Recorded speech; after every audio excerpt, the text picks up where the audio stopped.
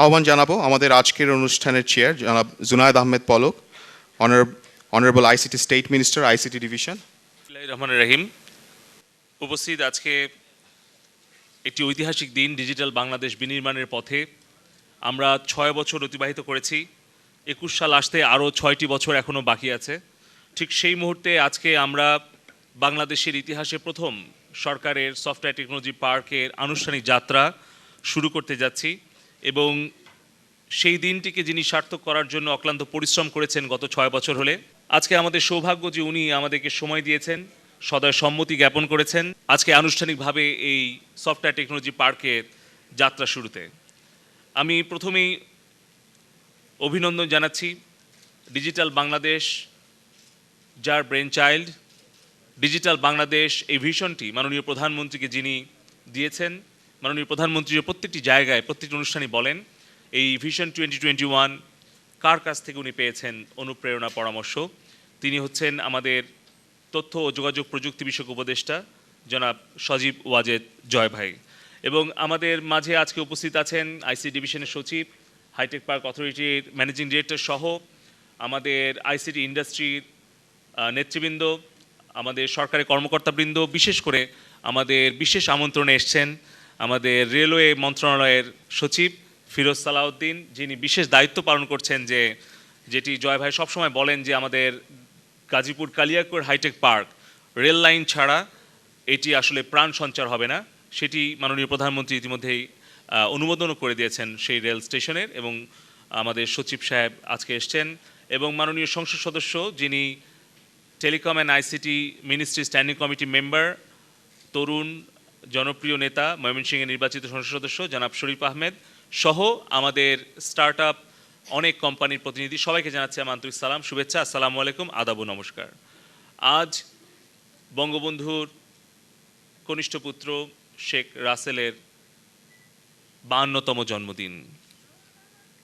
আমরা আজকে হয়তো অনেক আনন্দ সহকারে এই দিনটি পালন করতে পারতাম যদি শেখ রাসেল বেঁচে থাকতেন, কিন্তু আমাদের দুর্ভাগ্য যখন বঙ্গবন্ধু 23 বছর আন্দোলন সংগ্রাম করে একটি পরাজিত জাতিকে, নির্যাতিত জাতিকে যখন 71-এর একটি রক্তক্ষয়ী মুক্তিযুদ্ধের মধ্য দিয়ে স্বাধীন করেছিলেন, যখন সারা বিশ্বের কাছে বঙ্গবন্ধু বাংলাদেশকে একটি বিজয়ী জাতি হিসেবে প্রতিষ্ঠিত করেছিলেন, তখনই কিন্তু সেই পরাজিত ঘাতকরা 3.5 বছরের মাথায় বঙ্গবন্ধু সহ তার সপরিবারে শিশু, নিষ্পাপ শিশু শেখ রাসেলকে পর্যন্ত হত্যা করেছিল। আজকে সেই দিনে আমি শুরুতেই শহীদ শেখ রাসেলের এবং বঙ্গবন্ধু সহ সপরিবারে সেই দিন যারা নিহত হয়েছিলেন তাদের বিদেহী আত্মার মাগফিরাত কামনা করছি। আজকে সেই বিজয়ী জাতিকে যখন পিছিয়ে দেওয়ার চেষ্টা করেছিল 21 বছর, জননেত্রী শেখ হাসিনা কিন্তু 21টি বছর নিজের সুখ স্বাচ্ছন্দ্য বিসর্জন দিয়ে এই দেশের মানুষকে গণতন্ত্র এবং উন্নত জীবন দেওয়ার জন্য লড়াই সংগ্রাম করে কিন্তু উনি বাংলাদেশে গণতন্ত্র প্রতিষ্ঠা করেছেন। এবং আজকে আমাদের তরুণ প্রজন্মের সামনে ভিশন 2021 একটি উন্নত, আধুনিক, প্রযুক্তি নির্ভর বাংলাদেশের স্বপ্ন বাস্তবে রূপদান করে চলেছেন। এবং গত 26শে সেপ্টেম্বর মাননীয় উপদেষ্টা জনাব সজীব ওয়াজেদ জয় ভাই ছিলেন মাননীয় প্রধানমন্ত্রীর সাথে। জাতিসংঘের আইটিইউ কর্তৃক আইসিটি সাস্টেইনেবল ডেভেলপমেন্ট অ্যাওয়ার্ড জননেত্রী শেখ হাসিনা গ্রহণ করেছেন এবং এদেশের তরুণ প্রজন্মকে উনি সেই অ্যাওয়ার্ডটি উৎসর্গ করেছেন। তাই আমি বলবো যে এই বাংলাদেশের 11 কোটি তরুণ, তারাই ভবিষ্যৎ ডিজিটাল বাংলাদেশ গড়ে তুলবে এবং সেই ডিজিটাল বাংলাদেশ গড়ে তোলার জন্য জনাব সজীব ওয়াজেদ জয় ভাই প্রতিনিয়ত প্রতিটি জায়গায় উনি নির্দেশনা প্রদান করছেন এবং উনার স্বপ্নটি বাস্তবায়ন করার জন্যই প্রতিনিয়ত উনার পরামর্শক্রমে আমরা কাজ চালিয়ে যাচ্ছি। আজকে যে সফটওয়্যার টেকনোলজি পার্ক, সেই সফটওয়্যার টেকনোলজি পার্কটি কিভাবে আসলো, এখনো পর্যন্ত বাংলাদেশে অনেক আমরা তরুণ প্রজন্ম কিংবা প্রবীণ নাগরিকরা আমরা জানি না যে সফটওয়্যার টেকনোলজি পার্কে কাজটা কি হয় বা হাইটেক পার্কের ভেতরে কি ধরনের ইন্ডাস্ট্রি হয়। অথচ 2010 সালের 3রা আগস্ট যখন বাংলাদেশের প্রথম বাংলাদেশ ডিজিটাল টাস্ক ফোর্স বাংলাদেশে মিটিং হয়, ঠিক তার আগের রাত্রে জনাব সজীব ওয়াজেদ জয় ভাই মাননীয় প্রধানমন্ত্রীকে অনুরোধ করেন যে এই জনতা টাওয়ারটি, যেটি ওই সময় অনেক বিজনেস ইন্ডাস্ট্রি অ্যাসোসিয়েশন চেয়েছিল, কিন্তু সেই সময়ে জয় ভাইয়ের বিশেষ অনুরোধেই মাননীয় প্রধানমন্ত্রী জননেত্রী শেখ হাসিনা এই জনতা টাওয়ারটির 12 তলা 60,000 স্কোয়ার ফিট এই ভবনটি আমাদের আইসিটি মিনিস্ট্রিকে উনি প্রদান করেন। এবং আজকে আমরা দীর্ঘ আইনি লড়াই চালিয়ে আমরা এই হাইটেক পার্ক অথরিটির আওতায় সফটওয়্যার টেকনোলজি পার্ক আমরা প্রথম গভর্নমেন্টের আমরা জনতা টাওয়ারে করতে যাচ্ছি। দীর্ঘদিনের স্বপ্ন আজকে পূরণ হতে যাচ্ছে। 4টি কোম্পানিকে আজকে মাননীয় উপদেষ্টা মহোদয় হস্তান্তর করলেন এবং বাকিগুলো প্রক্রিয়াধীন আছে, ক্যাটাগরি এ বি সি। এবং সবচেয়ে বড় যেটি আনন্দের খবর, এটি মাননীয় উপদেষ্টাই আপনাদেরকে ঘোষণা করবেন যে আমরা সারা বিশ্বের যত বড় বড় আইটি কোম্পানি দেখছি তারা সবাই কিন্তু একসময় স্টার্ট আপ ছিল। যেই কোম্পানিগুলো আমরা সবসময় দেখছি সফলভাবে, ফেসবুক, গুগল বা অন্য কিছু, তো আমরা যদি পার্শ্ববর্তী ভারতে দেখি, ইনফোসিস, উইপ্রো, তারাও কিন্তু $200-300 দিয়ে শুরু করেছিল, তারাও স্টার্ট আপই ছিল। বাংলাদেশের এমনকি 60-এর দশকে যদি স্কোয়ার গ্রুপের কথাই আমরা ভাবি, তারাও কিন্তু খুব ছোট আকারে শুরু করেছিল, এখন তারা বিশাল গ্রুপে পরিণত হয়েছে। এমনকি যদি আমার কথাও বলি, আমি নিজেও কিন্তু প্রতিমন্ত্রী হিসেবে আমি নিজেই একজন স্টার্ট আপ, আমারও কিন্তু কেবল শুরু হয়েছে। তাই আমি বলবো যে আমারও কিন্তু এখন শুরু। এবং আমি বলবো যে জয় ভাই আমাকে চলনবিলের প্রত্যন্ত গ্রাম থেকে সিলিকন ভ্যালি পর্যন্ত নিয়ে গেছেন। আমিও কিন্তু আস্তে আস্তে স্টার্ট আপ থেকে আস্তে আস্তে নিজেকে গ্রো করার জন্য চেষ্টা করছি। তবে আমরা চাই যে এইটা আমাদের অংশগ্রহণমূলক হোক এবং প্রতিযোগিতামূলক হোক। প্রত্যেকটি জায়গায় জয় ভাই সবসময় আমাদেরকে নির্দেশনা দেন যে আমাদের যে কোনো কিছুই অর্জনটা যেন আমাদের প্রতিযোগিতার মধ্য দিয়ে তরুণ প্রজন্ম করে এবং এই প্রতিযোগিতার মধ্য দিয়ে তাদের সক্ষমতাটা আরও তৈরি হয়। তাই আমরা জনতা টাওয়ার সফটওয়্যার টেকনোলজি পার্কে ক্যাটাগরি এ বি সিতে যেরকম ইন্ডাস্ট্রিকে রেখেছি, পাশাপাশি জয় ভাইয়ের নির্দেশনা মোতাবেক আমরা স্টার্ট আপদেরকেও একটা বিশেষ সুযোগ সুবিধা দিয়ে তাদেরকেও আমরা তৈরি করতে চাচ্ছি।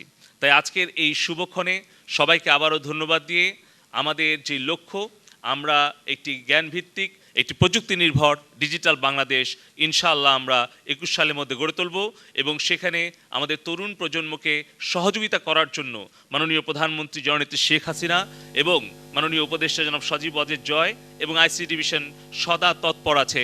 সবাইকে ধন্যবাদ। তরুণরা গড়বে নতুন দেশ, ডিজিটাল হবে বাংলাদেশ। জয় বাংলা, জয় বঙ্গবন্ধু।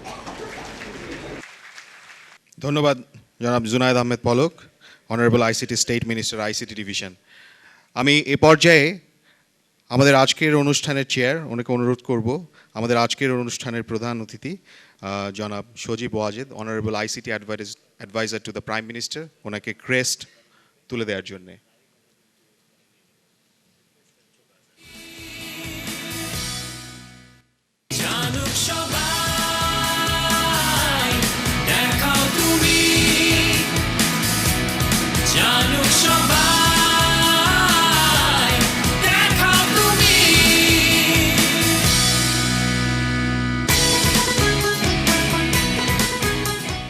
ধন্যবাদ। আমি এই পর্যায়ে আমন্ত্রণ জানাবো আমাদের আজকের অনুষ্ঠানের প্রধান অতিথি Sajeeb Wazed, honourable ICT adviser to the prime minister. উপস্থিত আমাদের আইসিটি ডিভিশনের প্রতিমন্ত্রী আমার ছোট ভাই জুনায়েদ আহমেদ পলক, আমাদের আইসিটি ডিভিশনের মুখ্য সচিব, আমাদের হাইটেক পার্ক অথরিটির পিডি, রেল মন্ত্রণালয়ের মুখ্য সচিব এবং আমাদের আইসিটি কমিটির সদস্য, অন্যান্য নেতৃবৃন্দ, আপনাদের সবাইকে আসসালামু আলাইকুম ও শুভেচ্ছা। পলক আজকে প্রথমেই মনে করায় দিল যে আজ হচ্ছে আমার ছোট মামা শেখ রাসেলের জন্মদিন। এই দিনটিকে আমি একটি দুঃখের দিন মনে করি না, আমি সুখের দিন মনে করি। কারণ এই দিনে আমার মনে পড়ে নিজের যা ওনার সম্পর্কে যেসব মেমোরি আছে, যা মনে আছে আমার। তখন আমার বয়স খুব অল্প ছিল, আমার 75-এ মাত্র 4 বছর বয়স। রাসেল মামার বয়স 10 বছর। তো সেও একজন শিশু ছিলেন, আমি আরও ছোট। আর আমি তখন পরিবারের প্রথম নাতি। আমার বোন অনেক ছোট, তার বয়স কেবল 2 বছর। তখনকার দিনের বেশি কিছু আমার মনে নাই, যেহেতু এত ছোট ছিলাম। তবে একটি কথা আমার মনে আছে যে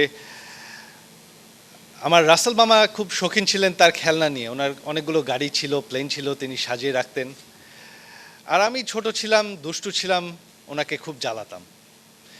তিনি খেলনা সাজিয়ে রাখতেন, আমি ওগুলো কেড়ে নিয়ে দৌড় দিতাম, আর তিনি আমার পিছনে দৌড়াতেন। আমি সোজা নানির আঁচলের পিছনে গিয়ে লুকাতাম আমাকে নিজেকে বাঁচাতে। এই সামান্য কথা মনে আছে। তো আজকে ওনার জন্মদিনে আপনারা জানেন যে সেই 75-এর খুনিদের আমরা বিচার করেছি আমাদের আওয়ামী লীগ সরকার, যেটা বিএনপি সরকার জিয়াউর রহমান ক্ষমতায় এসে তাদেরকে ইনডেমনিটি দিয়েছিল। সেই প্রায় 30 বছর পর আওয়ামী লীগ সেই খুনিদের বিচার করতে পেরেছে। তাদের বেশিরভাগ আমরা ধরেছি, ফাঁসি দিয়েছি। কয়েকজন এখনো বিদেশে পলাতক আছে, আমরা চেষ্টা করছি তাদেরকে ফিরিয়ে আনার। তো এই চেষ্টা আমাদের চলবে এবং তাদের সবাইকে আমরা আইনগত বিচার করব। তো 2009 সালে যখন আমাদের আওয়ামী লীগ সরকার দ্বিতীয়বার মতো সরকার গঠন করে, আমরা জানেন যে আমরা আমাদের ভিশন 2021 প্রকাশ করি। আর তার মধ্যে একটি বড় অংশ ছিল একটি ডিজিটাল বাংলাদেশ বাস্তবায়ন করার। ডিজিটাল বাংলাদেশের আমরা প্রথম নজর দেই, যেটা আমাদের আওয়ামী লীগ সরকারের মূল উদ্দেশ্য, সেটা হচ্ছে মানুষকে সেবা করা। তো সেখানে আমরা নেমে পড়লাম। আমাদের তখন আইসিটি বিভাগ ছিল না, তবে আমাদের আওয়ামী লীগ সরকার নেমে পড়ল। তখন এটা ছিল আমাদের সায়েন্স অ্যান্ড টেকনোলজি মন্ত্রণালয়ের আন্ডারে, যে ডিজিটাল প্রযুক্তি দিয়ে আমরা মানুষের জীবনের উন্নয়ন, মানুষকে সেবা কিভাবে করতে পারি, দেশের মানুষকে। তো আমরা বিভিন্ন সরকারি সিস্টেমগুলোকে ডিজিটাইজ করলাম। আমরা আমাদের ডিজিটাল সেন্টার প্রতিটি ইউনিয়নে স্থাপন করলাম। আমরা মাল্টিমিডিয়া ক্লাসরুম করলাম। এই যে প্রত্যেক বছর আমাদের শিক্ষা মন্ত্রণালয় কোটি কোটি বই বিতরণ করছে, আমরা সেগুলো ডিজিটাইজ করলাম এবং ডিজিটাল পদ্ধতিতে আমরা বই বিতরণ করা আরম্ভ করলাম। তো শিক্ষা, স্বাস্থ্য,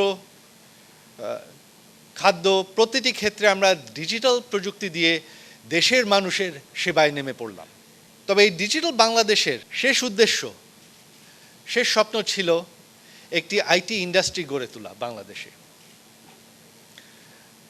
আমি যখন প্রথম ব্যাঙ্গালোরে আমার ব্যাচেলার্স করি, তখন কিন্তু আজকে আপনারা সবাই জানেন ব্যাঙ্গালোর হচ্ছে বিশ্বের নাম্বার 1 আউটসোর্সিংয়ের শহর। সবচেয়ে বেশি আউটসোর্সিং হয় সারা বিশ্বের মধ্যে ব্যাঙ্গালোরে। তবে আমি যখন ব্যাঙ্গালোরে ব্যাচেলার্স করি, তখন কিন্তু ব্যাঙ্গালোরে আইটি ইন্ডাস্ট্রি বলে কিছুই ছিল না। ব্যাঙ্গালোর ছিল একটি ছোট্ট শহর, একটি খুবই সুন্দর শহর। ওখানে আবহাওয়া খুবই ভালো, বেশি গরম পড়তো না ব্যাঙ্গালোরে, পাহাড়ের উপর কিছুটা। কোনো যানজট ছিল না তখন, কোনো আইসিটি ইন্ডাস্ট্রি ছিল না, কিছুই ছিল না। তবে আমি যখন ওখানে ব্যাচেলার্স করি, তখনই কিন্তু ওই 3 বছরেই প্রথম আইটি কোম্পানিগুলো আরম্ভ হয়। প্রথমে বিদেশে মার্কিন যুক্তরাষ্ট্রের কোম্পানিগুলো আসে। মাইক্রোসফট প্রথম তাদের অফিস খোলে, তারপর হিউলেট প্যাকার্ড আসে। তখন কিন্তু গুগল বা ফেসবুক বলে কোনো কোম্পানি ছিল না। আর তারপর আপনার ভারতেরই নিজস্ব স্টার্টআপগুলো গড়ে ওঠে ব্যাঙ্গালোরে। আর সেখান থেকে ব্যাঙ্গালোর আজকে কি হয়েছে সেটা আপনারা সবাই জানেন।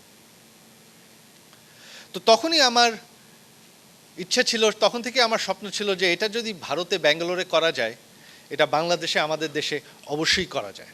তখন অবশ্য আওয়ামী লীগ সরকার ক্ষমতায় ছিল না। পরবর্তীতে আওয়ামী লীগ ক্ষমতায় আসে। প্রথমবারে আমি সরকারে, আমার বয়স কম ছিল, আমি তখন মার্কিন যুক্তরাষ্ট্রে চলে যাই দ্বিতীয় ব্যাচেলার্স করতে। তো এবারে যখন আওয়ামী লীগ ফেরত ক্ষমতায় আসলো, আমার তখন স্বপ্ন ছিল যে এই বাংলাদেশে আমি একটি আইটি ইন্ডাস্ট্রি বাস্তবায়ন করব। আর এই যে আমরা অন্যান্য সেবা অন্যান্য ডিজিটাইজেশন করেছি, এখন এত বছর পরে এই স্বপ্নের যেই শেষ উদ্দেশ্য আইটি ইন্ডাস্ট্রি গড়ে তোলার, সেটার জন্য হাইটেক পার্ক বাস্তবায়ন করার, সেই কাজের আজকে আমি খুবই আনন্দের উদ্বোধন করতে এসেছি আমাদের প্রথম হাইটেক পার্ক বাংলাদেশে, যেটা আমাদের এত বছরের স্বপ্ন ছিল। হাইটেক পার্ক স্বপ্ন নিয়েও অনেক গবেষণা হয়েছে, অনেক আলোচনা হয়েছে, সমালোচনা হয়েছে। আমার মনে আছে আমি ব্যাঙ্গালোরের অনেক বছর পর, এটা বোধহয় ছিল আপনার 98 বা 99 সালে, আমি মালয়েশিয়া যাই। মালয়েশিয়ায় যখন তারা তাদের প্রথম হাইটেক পার্ক তৈরি করে, সেটা ছিল সাইবার জায়া। খুবই সুন্দর বিশাল আকারে একটি তারা হাইটেক পার্ক করলো। তবে দেখা গেল যে অনেক বছর ওই হাইটেক পার্ক খালি পড়েছিল, কেউ ওখানে যেত না। তারপরেও এখন আপনারা দেখতে পাচ্ছেন যে মালয়েশিয়া হয়ে গেছে এখন আইটি আউটসোর্সিংয়ের একটি মূল ডেস্টিনেশন বিশ্বের মধ্যে। ভারত মালয়েশিয়া তাদের একটি কমন বিষয় ছিল যে তাদের একটা ভিশন ছিল যে তাদের দেশকে তারা এগিয়ে নিয়ে যাবে, হাইটেক ইন্ডাস্ট্রি তারা বাস্তবায়ন করবে। সেই ভিশন কিন্তু আমাদের আওয়ামী লীগ সরকারেরও ছিল, আমারই ছিল। এই কালিয়াকৈর আমরা পরিকল্পনা করেছিলাম সেই আমাদের প্রথম টার্মে, আওয়ামী লীগ সরকারের প্রথম টার্মে। বিভিন্ন কারণে তখন এই জমি তখন